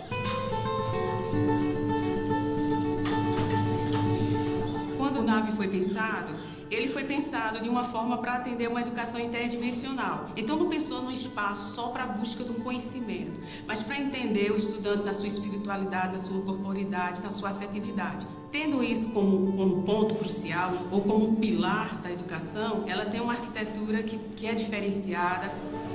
Esse prédio foi pensado de forma a favorecer os encontros, favorecer o tipo de metodologia que a gente defende. Nós temos hoje 11 salas de aula, 4 laboratórios de tecnologias, também temos 2 laboratórios de ciências e um laboratório de química e biologia. Nesses 2 laboratórios a gente consegue fazer práticas para aproximar a teoria do contexto atual. É oxigênio. Como é que a gente poderia evidenciar que isso aqui é oxigênio? Temos o espaço docente, que é onde os professores estão sempre trabalhando, e esse espaço é bastante equipado com tecnologias para que eles possam pesquisar e aprimorar suas práticas. Bom, esse aí é um pequeno trecho de uma série do canal Futura que retratou as 12 escolas mais inovadoras do mundo. Essa série foi ao ar no ano passado e o NAVE de Recife, nesse caso, foi uma das escolas retratadas. Então, assim, o NAVE ele já teve uma série de reconhecimentos como essa. O mais importante talvez tenha sido da Microsoft. Em 2012, o NAVE foi escolhido como uma das 33 escolas mais inovadoras do mundo. E vou tentar contar um pouco para vocês por que disso. Então, de onde surge o NAVE, na verdade? Né? O NAVE ele é um programa de educação que foi criado e idealizado pelo Oi Futuro, que é o Instituto de Responsabilidade Social da Oi, em parceria com os governos de Pernambuco e do Rio de Janeiro. O Oi Futuro ele tem 4 eixos principais de trabalho: cultura, educação, inovação social e esporte. O NAVE está dentro do eixo de educação. O Oi Futuro ele já existe há 17 anos e o NAVE já existe há 11 anos. Desde que o primeiro NAVE foi criado em Recife, justamente naquele momento do surgimento do Porto Digital, que havia também uma demanda da gente ter uma escola que retratasse aquele ambiente. Nesses 11 anos, nesses 17 anos, na verdade, todo o investimento do Oi Futuro em educação foi com recursos próprios, não incentivados. A gente não tem lei de incentivo em educação no Brasil. O NAVE, então, ele nasce como essa parceria público-privada e a gente tem 2 parceiros técnicos que são muito importantes para a gestão do curso técnico, que é o César, que foi citado também pelo OREM, é o Centro de Estudos Avançados do Recife, e a Planeta.com. Como é que funciona isso? A gente tem um convênio com as secretarias de educação, tanto de Pernambuco quanto do Rio de Janeiro, e esse convênio baliza as responsabilidades de ambas as partes. Então, as 2 escolas elas foram criadas pela Oi e pelo Oi Futuro. No Rio de Janeiro, ela inclusive funciona num prédio que é da Oi. Essa escola foi toda montada e até mesmo a arquitetura dela, como mostra no vídeo, ela foi pensada sobre um ponto de vista de inovação em educação. Então, não só os laboratórios, mas todas as áreas de encontro e de circulação. Dentro desse convênio, toda a parte regular da escola é responsável pelas secretarias de educação. Então, as aulas de matemática, de português, de história, a direção da escola, o coordenador pedagógico, o acesso do aluno é parte de uma esfera pública da escola, então é tudo gerido pela secretaria. Nós somos responsáveis por todo o parque tecnológico da escola, então todos os computadores, o laboratório de comunicação também aparece no vídeo, a contratação dos professores do curso técnico, isso tudo é feito pelo Oi Futuro como parte desse convênio. É muito engraçado que a gente percebe que de fora o NAVE ele parece, na verdade, uma grande escola high-tech. E aí, quando você ouve um vídeo do Futura e você conversa com alunos e educadores dentro da escola, você percebe que a tecnologia, na verdade, ela não existe por si só. Ela tá ali a serviço pedagógico. Então, a tecnologia entra dentro da escola como um grande catalisador de processos educacionais. A gente gosta de pensar no NAVE como um grande laboratório para novas práticas de ensino e aprendizagem em educação. Então, um laboratório de inovação em educação. A gente está trabalhando com 2 escolas específicas, uma em cada região do país, mas ali nessas escolas a gente consegue observar ao longo desses últimos anos o surgimento e o aprimoramento de metodologias e de outras formas do uso da tecnologia para o ensino. Então, acho que a gente diz que o nosso grande propósito dentro do NAVE é colocar as novas tecnologias a serviço da educação integral. E aí não em tempo integral apenas, é uma escola de tempo integral, mas observando todos os aspectos da formação humana. Bom, o programa ele funciona como um ensino médio integrado, né? É uma modalidade que integra o ensino regular e o técnico. Então, dentro da grade escolar, eles têm tanto as disciplinas regulares como as disciplinas técnicas. Os principais cursos que a gente oferta e aí são habilitações técnicas e eles saem de lá com um diploma já profissional. São programação, multimídia e roteiro. E aí pegando toda a cadeia da indústria criativa e digital. Hoje a gente tem, contabilizando nas duas escolas, cerca de 1.000 alunos e 70 educadores. A gente já teve até hoje, desde que a primeira turma foi lançada em Recife, 2.400 alunos formados. E a gente continua ainda com uma procura muito grande pelo programa. Só no ano passado foram 7.600 candidatos, o que daria aí umas 24 candidatos por vaga, ou seja, muito mais até do que universidade às vezes.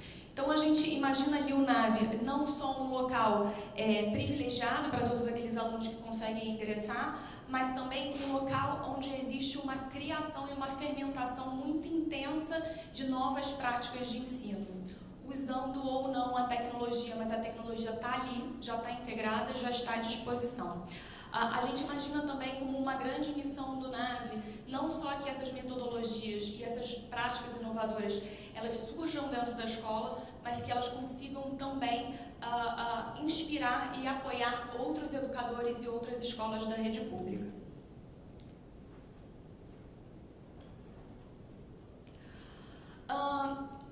Acho que também no vídeo fica também muito claro a perspectiva da educação integral e das competências do século XXI. Então, quando a gente vê a tecnologia dentro do NAVE, a gente tem um exemplo muito claro. Lá, um grande recorte das produções dos alunos são games. É um polo produtor de games, né? Eles aprendem isso nas disciplinas e são resultados finais das disciplinas que eles fazem. Agora, os games a gente consegue observar no NAVE que nunca é um game de tiro, por exemplo. Geralmente são games do bem, a tecnologia é sempre usada para uma finalidade positiva dentro da sociedade. E aí, da onde vem isso? Vem do arcabouço pedagógico que o programa tem, que é muito focado no desenvolvimento das habilidades socioemocionais do século XXI. Então, não só as habilidades cognitivas, mas as sociais, as relacionais, as produtivas, né? E toda a empatia e sensibilidade que eles desenvolvem também na formação. Então, eu trouxe aqui alguns recortes dessa formação que é usado dentro do NAVE e que se integra com o uso da tecnologia na escola. Então, um deles, por exemplo, é a educação por projeto. Eles têm disciplinas anuais em que eles têm que desenvolver um projeto interdisciplinar, que pode ser um jogo, pode ser uma animação, pode ser um filme. Dentro dos cursos técnicos, como eu falei, a gente tem programação, multimídia e roteiro. Multimídia foi até inclusive um termo que acabou ficando datado. Hoje em dia a gente olha multimídia muito mais como design, o X, artes visuais e toda a parte estética das produções que eles fazem. Além disso, dentro da escola a gente também tem um espaço de multimídia, que é um laboratório de comunicação, é um estúdio de áudio e de vídeo, em que tanto alunos como educadores eles podem se formar para o uso das tecnologias de comunicação e eles podem produzir ali dentro também. Então, por exemplo, um professor que quer melhorar a sua aula, né, quer fazer um vídeo para melhorar a sua aula, ele pode usar esse laboratório para fazer esse vídeo e ele tem ali o amparo de um monitor que é muito mais jovem do que ele, que o ajuda a fazer isso. Os alunos também, eles podem entregar trabalhos finais por meio de vídeos, trilhas musicais, etc. Dentro do NAVE a gente tem essas oficinas integradas e eu acho que um grande valor da inovação dentro do NAVE é a transdisciplinaridade. É quando a gente consegue juntar as disciplinas do regular e do técnico dentro de um único projeto. Vou dar alguns exemplos para vocês. Esse aqui, na verdade, são algumas criações que eles fizeram. O The Last Drop é um game que meninas programadoras do NAVE fizeram e chegaram à final do Technovation, que é uma competição para mulheres programadoras. Elas chegaram aí para a Califórnia, já tem 3 anos isso, e chegaram nessa etapa final, e é justamente um game sobre consciência ambiental, sobre consciência de recursos hídricos. Muito recentemente, trouxe também um exemplo para vocês. Eu estava na escola há pouco tempo e eu vi uma movimentação de uns alunos fazendo um lançamento de um app. No Rio, eles perceberam, por exemplo, que a grade escolar era muito bagunçada, às vezes tinha substituição de professores em cima da hora, eles não sabiam o que ia ser oferecido na cantina naquele dia, então eles se juntaram e eles fizeram um app para a escola, que é um app da agenda escolar. Não só eles fizeram esse app, como eles criaram um admin, que é para a direção, e treinaram toda a direção da escola para poderem usar o admin e gerir melhor, né, as disciplinas e tudo mais. Eles reclamavam muito que eles não conseguiam prever qual era o cardápio da cantina. Então, se fosse fígado, eles preferiam levar, né, uma quentinha de casa. Se fosse estrogonofe, eles iam almoçar na escola. E fora isso, também todos os eventos paralelos que aconteciam. Mas o que a gente achou mais interessante foi o protagonismo, a iniciativa, a forma como eles conseguem manejar essa tecnologia e colocar a serviço não só da escola, mas da comunidade. E também ajudar a formar, né, os gestores e os educadores. Algumas práticas, hoje em dia a gente faz um grande mapeamento sobre essas práticas que surgiram dentro do NAVE, principalmente as práticas que integram as disciplinas que a gente vê que é a maior riqueza dentro do NAVE. Então, uma delas que a gente acha muito interessante é a calculadora de matrizes. O professor de matemática se juntou com o professor de programação e com os alunos, e eles construíram juntos uma calculadora de matrizes. Os alunos chegaram a publicar um paper sobre isso, um artigo sobre isso, e hoje em dia nas aulas de matemática eles usam a própria calculadora que eles programaram no curso de programação. Então, isso é uma das práticas que surgem. Grande parte, sim, integra a tecnologia, isso já é uma demanda dos próprios alunos, mas muitas também são analógicas. Então, eles têm a cultura digital na cabeça, eles têm a lógica de games, mas muitas vezes eles produzem, por exemplo, um tabuleiro para estudar a história medieval, um jogo de tabuleiro. Eles fazem isso também. Então, que mostra também que o NAVE, ele pode, o que acontece dentro do NAVE pode influenciar e chegar a outras escolas, mesmo que não tenham toda a infraestrutura que o NAVE, como o laboratório que tem hoje. Esses aqui são mais alguns exemplos, muitos assim, com muita consciência, né, social e ambiental. Eles são sempre selecionados pelo Animamundi para exibir suas animações. Bom, e qual é hoje o grande desafio nosso como instituto, olhando para o programa, para o NAVE, que tem 2 escolas? É a gestão desse conhecimento. A gente, na verdade, tem uma avalanche de metodologias e de experiências que foram criadas dentro do NAVE nesses últimos 11 anos, e acho que o mais difícil para um instituto, para uma fundação, é gerir todo esse caldo de cultura ao longo do tempo. Muito desse conhecimento está na cabeça das pessoas, ou, enfim, as pessoas passam e ele vai junto. Como é que, na verdade, a gente consegue cumprir o nosso papel original, nossa missão original, que é fomentar essas práticas e conseguir transferir isso para a rede pública? Então, hoje a gente está fazendo uma sistematização, a gente está investindo muito na sistematização, a gente tem trabalhos focados com os educadores e a gente está produzindo nesse momento um e-book que vai ser lançado no final do ano e uma plataforma no início do ano que vem com todas essas práticas e essas experiências que foram fomentadas dentro do NAVE. Isso tudo feito pelos próprios educadores como autores dessas inovações. Bom, o NAVE ele também tem uma conexão muito forte com o mercado de trabalho, então os alunos eles são protagonistas também de muitos eventos em que nós somos convidados, são eles que dão os cursos, dão as oficinas. Na foto é um dos nossos alunos dando uma oficina de programação com Arduino, que é programação acessível. Então a gente está numa série, recentemente a gente teve também um hackathon de combate à Zika, a convite da Fiocruz. Nós éramos a única equipe de ensino médio, né? Então a gente continua bastante presente em muitos eventos deles, né? Falando um pouco sobre os principais resultados que a gente vê na pesquisa que a gente faz anualmente com o IBOP e também de dados internos do eFuturo. O NAVE ele é capaz de promover a ascensão social. O acesso do NAVE ele é feito via Secretaria de Educação. Então, por exemplo, no Rio de Janeiro, ele é completamente automático, ele é matrícula de balcão. tem que vir da rede pública e tem que ser do entorno da escola. Então a gente tem, de fato, alunos que não têm sequer um computador em casa e fazem um curso de programação utilizando, programando por escrito, chegando na escola e testando o código dentro do computador da escola. E a gente vê isso, a gente vê os alunos que saem do NAV conseguindo gerar um salto no histórico familiar. Então a gente tem dados aqui de que 74% dos alunos ingressam na universidade. É um dado muito expressivo, pensando numa média nacional, pensando também numa rede estadual.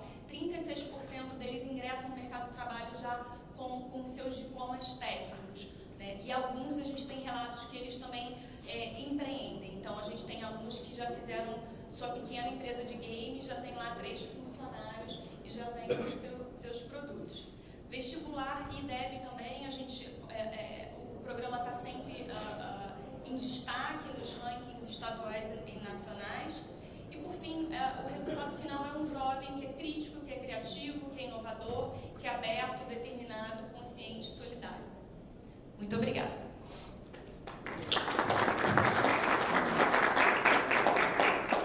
Obrigada, Carla. Acho que a gente tem aqui um desafio que é recorrente no Brasil de como é que as soluções apoiadas, desenvolvidas pelo setor privado podem ganhar escala, né, e ajudar a inspirar as políticas públicas e atualizar e fazer com que a gente procure queimar etapas, né?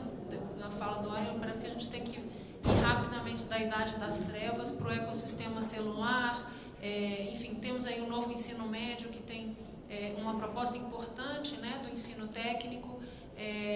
Enfim, esse pode ser uma ilustração de uma parceria possível, né, e de um formato de formação para os nossos adolescentes. Isso tudo num país, e aí vou passar a palavra para o Manuel Horácio, num país que ainda, paralelo ao NAVE, paralelo ao tablet em Vitória de Santo Antão, está ainda procurando as crianças fora da escola, né?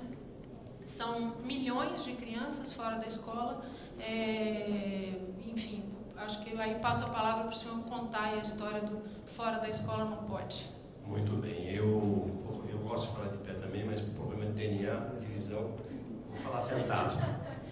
Eu fiquei feliz aqui porque eu escutei duas. Primeiro, falar sobre São Gabriel da Cachoeira.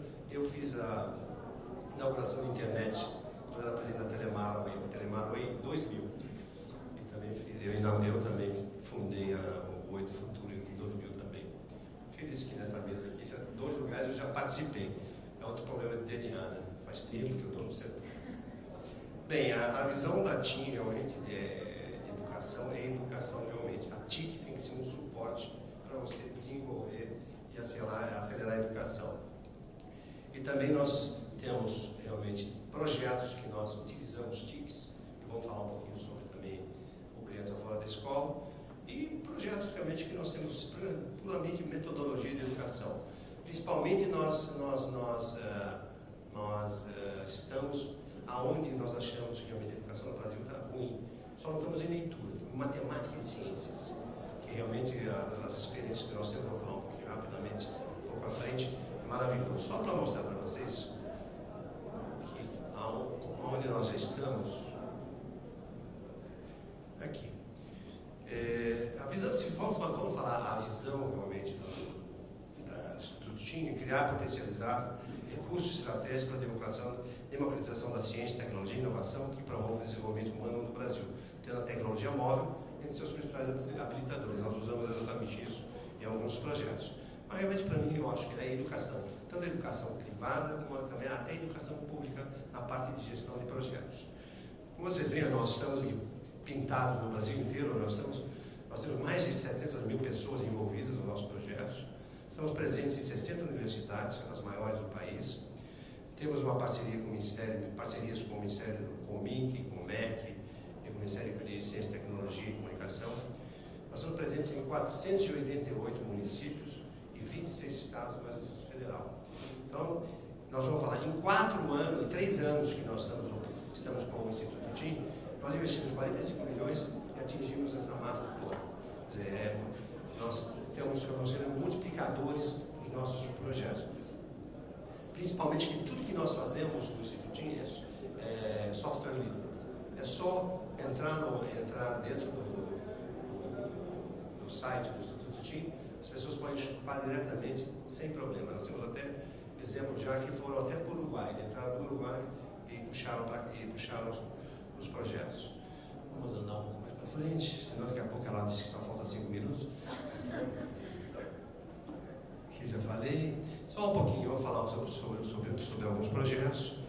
Em termos de educação, nós temos o TeamTech. Aqui nós não temos concorrência do NAVE nem da Uni Futuro, mas também no desenvolvimento realmente de projetos à distância profissionalizantes, né? É uma oferta de cursos livres, gratuitos, desenvolvimento de software livre, apoio a instituições públicas que desejam instalar software e utilizar cursos de educação. E estamos também linkados dentro do projeto do Pronatec. O Ministério da Educação é o nosso grande parceiro. A busca ativa escolar, para mim, isso aqui é o que mais me toca realmente e faz com que, com os cabelos brancos, porque aqui eu sou o único cabelo branco aqui na sala, que realmente, quando se fala, existem 2.700.000 crianças fora da escola entre 4 anos e 17 anos. Eu falo, isso aqui é uma massa de manobra para quê? Para as quadrilhas de drogas, porque estão lá fora fazendo o quê? Então, o nosso projeto realmente é fazer uma busca ativa dessas crianças, saber onde elas estão, por que elas não vão à escola, qual é o problema. Aí tem um desenvolvimento enorme, tem o Ministério da Educação, tem o Conselho Tutelar, quer dizer, vai dar um trabalho danado, um projeto enorme. Eu acho que o Brasil precisa disso, realmente. Trazer essas pessoas para dentro da escola e saber onde elas estão. Nós fazemos esse projeto, é um projeto que quem começou realmente foi a Unicef, que nos convidou para entrar, e nós fornecemos realmente tecnologia, que é tecnologia celular, embora todo o levantamento possa ser feito por tablet, por celular, até por papel. O projeto seria envolver 5.587 municípios para realmente descobrir onde estão essas crianças que estão fora da escola.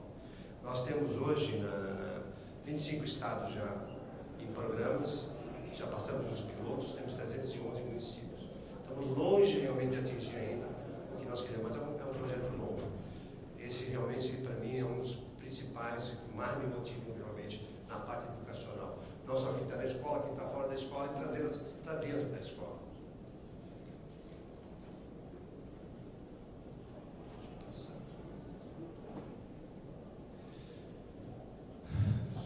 Quando eu falei para vocês que, se nós olharmos um pouquinho de estatística, falaram do PISA, isso, nós somos, acho que, 59º em matemática, somos 58º em ciências, entre 65 países consultados. Nós estamos realmente extremamente distantes em qualificação de matemática e de ciências. Então, nós temos 2 programas básicos, que é o Quem Faz Ciência, que na realidade nós temos uma metodologia para treinar as crianças realmente a observar, verificar, classificar, questionar, definir, aplicar e generalizar. Hoje nós estamos acostumados a ver a criançada no celular o tempo todo, né? Sem questionar o que está olhando na natureza, os problemas que se tem. Nós queremos fazer com que as crianças realmente parem para pensar em cada problema que eles existem, por que eles existem e como achar soluções. Esse nós temos 10.000, nós já temos 10.900 professores treinados, temos 330.000 estudantes. Para vocês terem uma ideia, em Curitiba, esses 2 programas estão só na rede pública. Em Curitiba, a escola pública já adotou o programa para todas as escolas em Curitiba. O outro problema é o Círculo da Matemática. Outra vez nós estamos falando sobre metodologia de aprender, de tirar aquele trauma da criança, que matemática é muito difícil, né?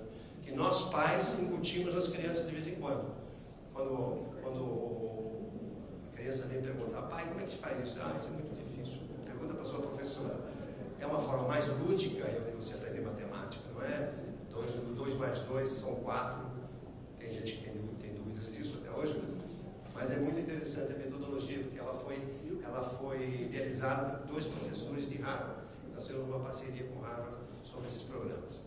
Esses programas já temos 4.500 professores treinados, temos 140.000 estudantes que já vão se beneficiar desse programa. Temos também outro programa interessante é mais aqui, são bolsas de estudos. Vocês sabem, todos já ouviram, claro, falar sobre a Olimpíadas da Matemática. Nós temos 500 medalhistas todo ano.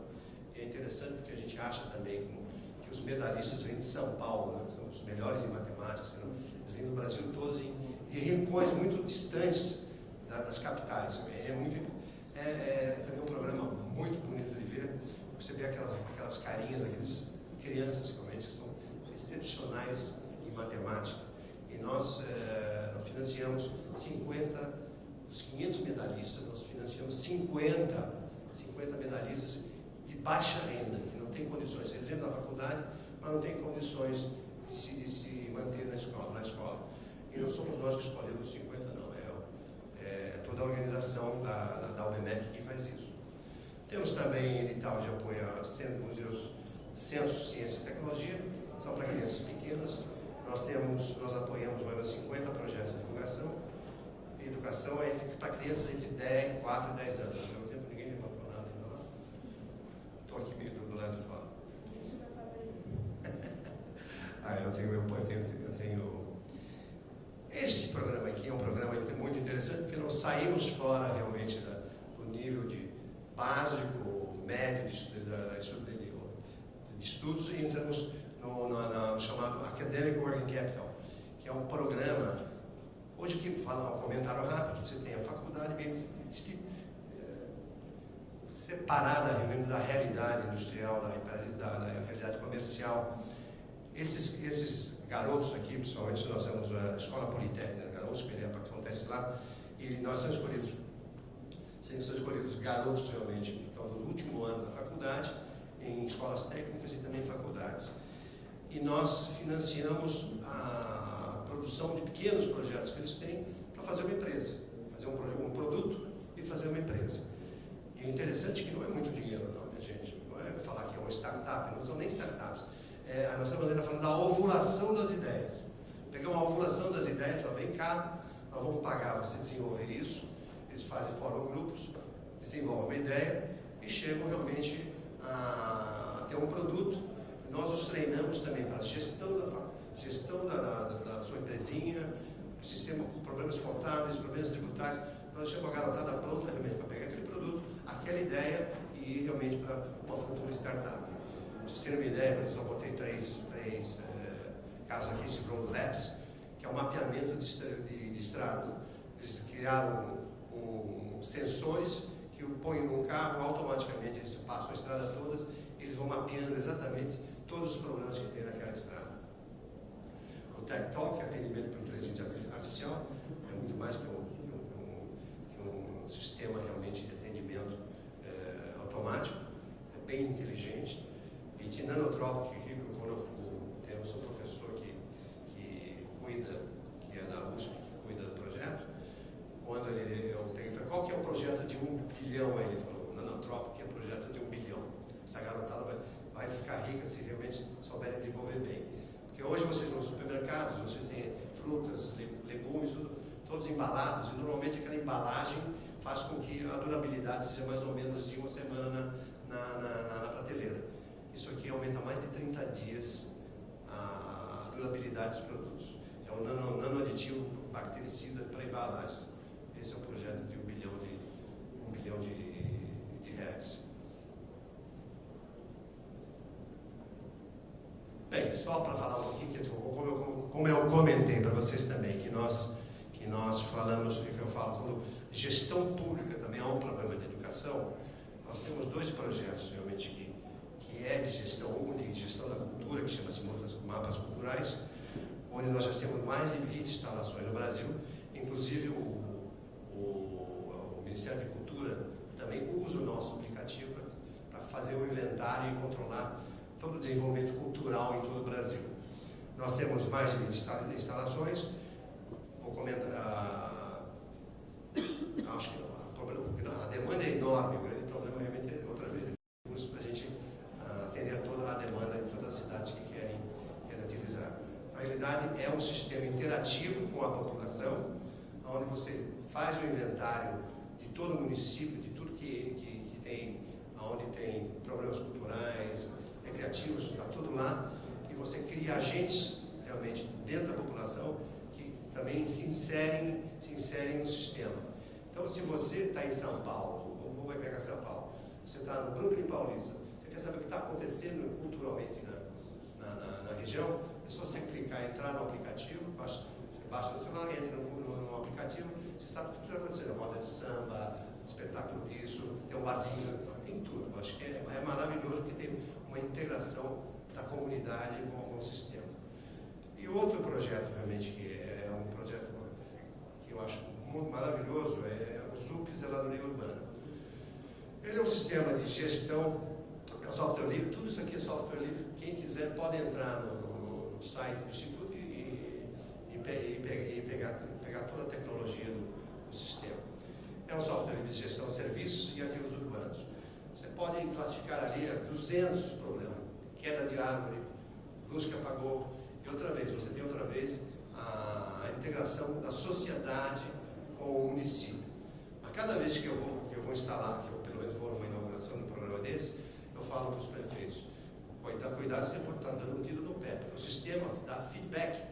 Então, se ele fizer aquela onda danada, que tem um sistema de gestão maravilhoso, ele faz a gestão, fiscaliza e devolve a solução que está sendo dada para o problema, para o município. Entendeu?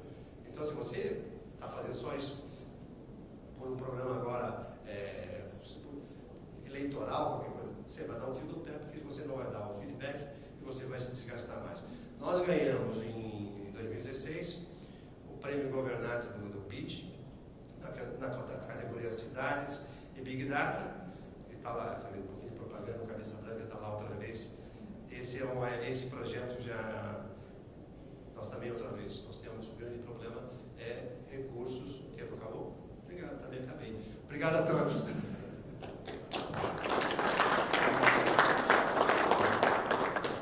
Obrigada. Bom, resumindo aqui, acho que temos problemas, temos perguntas, temos respostas, temos inovação, soluções aplicadas, temos. Agora parece um desafio aí de matchmaking, né? Entre TICs e educação e as respostas e as perguntas que temos muitas. Obrigada. Infelizmente vamos ter que terminar sem perguntas, então vou passar para o Cartacione para fazer o fechamento.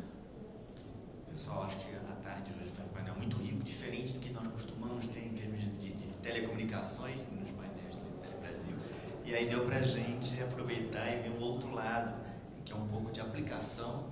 E eu acho que aqui esse painel transcendeu a ideia de aplicação de TICs, mas foi muito mais, além disso, né? Mostrando soluções, ideias, modelos.